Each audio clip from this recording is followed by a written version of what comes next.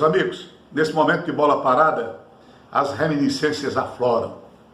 E eu quero trazer aqui nessa nossa conversa duas relembranças que dizem respeito a duas situações que eram problemas e que hoje se apresentam ironicamente como grandes soluções para o futebol.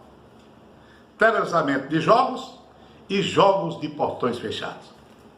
Com relação ao futebol na televisão, a transmissão dos jogos ao vivo tinha um problema financeiro. Dr. Paulo Machado de Carvalho, marechal da vitória das Copas de 58 e 62, com sua rede de televisão, transmitia ao vivo os jogos do Campeonato Paulista nos domingos à tarde. Não pagava absolutamente nada por entender que estava promovendo o futebol. Só que a federação e os clubes entenderam de maneira diferente e passaram a exigir um pagamento. Houve um desentendimento e as transmissões de televisão encerraram suas atividades por conta disso. Ainda bem que na TV do Dr. Paulo, ele acabou preenchendo a grade de programação com o programa Jovem Guarda, comandado por Roberto Erasmo Carlos e Vanderlei. É preciso ter sorte nessas situações. As outras tentativas aconteceram, mas com problemas. Televisamento de jogos, estádios vazios. Então tinha que pintar uma grana, o que acabou realmente acontecendo. Hoje, meus amigos, a cota da televisão é decisiva com relação à receita que os clubes têm para se sustentar. Isso no mundo inteiro.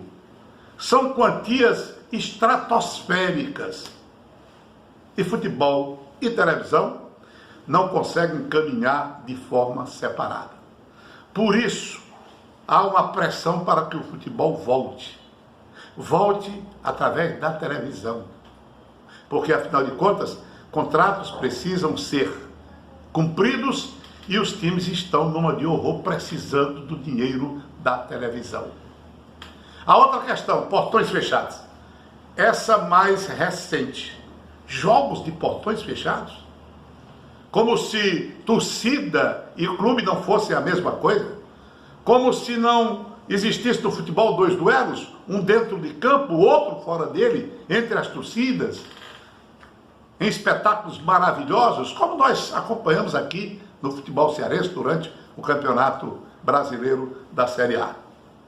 Mas isso acabou sendo uma punição para o futebol e para os clubes. Em função da violência, a única maneira de tentar contê-la foi punindo o clube, responsabilizando o clube. Aí tome futebol de portões fechados. A falta realmente do ambiente de estádio, a participação do torcedor. E diga-se de passagem, não resolveu. E o que é que acontece hoje?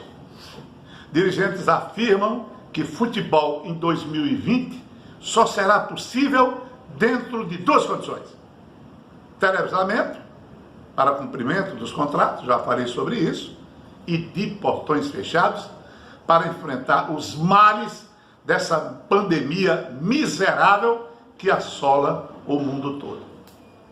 E vai ser a única solução. A princípio os campeonatos estaduais, depois, quem sabe, as outras competições como Copa do Nordeste, Copa do Brasil e Campeonato Brasileiro. Mas de portões fechados, com o futebol dependendo, portanto, da televisão para chegar ao grande público. Então é como eu disse no começo dessa conversa, aquilo que era problema acabou sendo solução. E acrescentaria mais que com relação ao televisamento direto, existia por parte desse comentarista duas preocupações. Confesso para os senhores que eu temia que isso pudesse acabar realmente com o futebol. Primeiro porque se criaria o torcedor de poltrona, a torcida virtual, em prejuízo da bilheteria. Uma coisa inadmissível àquela altura dos acontecimentos. E depois porque seria o contato com o futebol e com os jogadores uma coisa banalizada. se acabaria, por exemplo, com aquela imagem que se tinha dos times do futebol, geralmente acompanhado pelo rádio. De modo que as coisas andam, as pedras rolam e aquilo que era problema acaba sendo solução. Era esse o papo.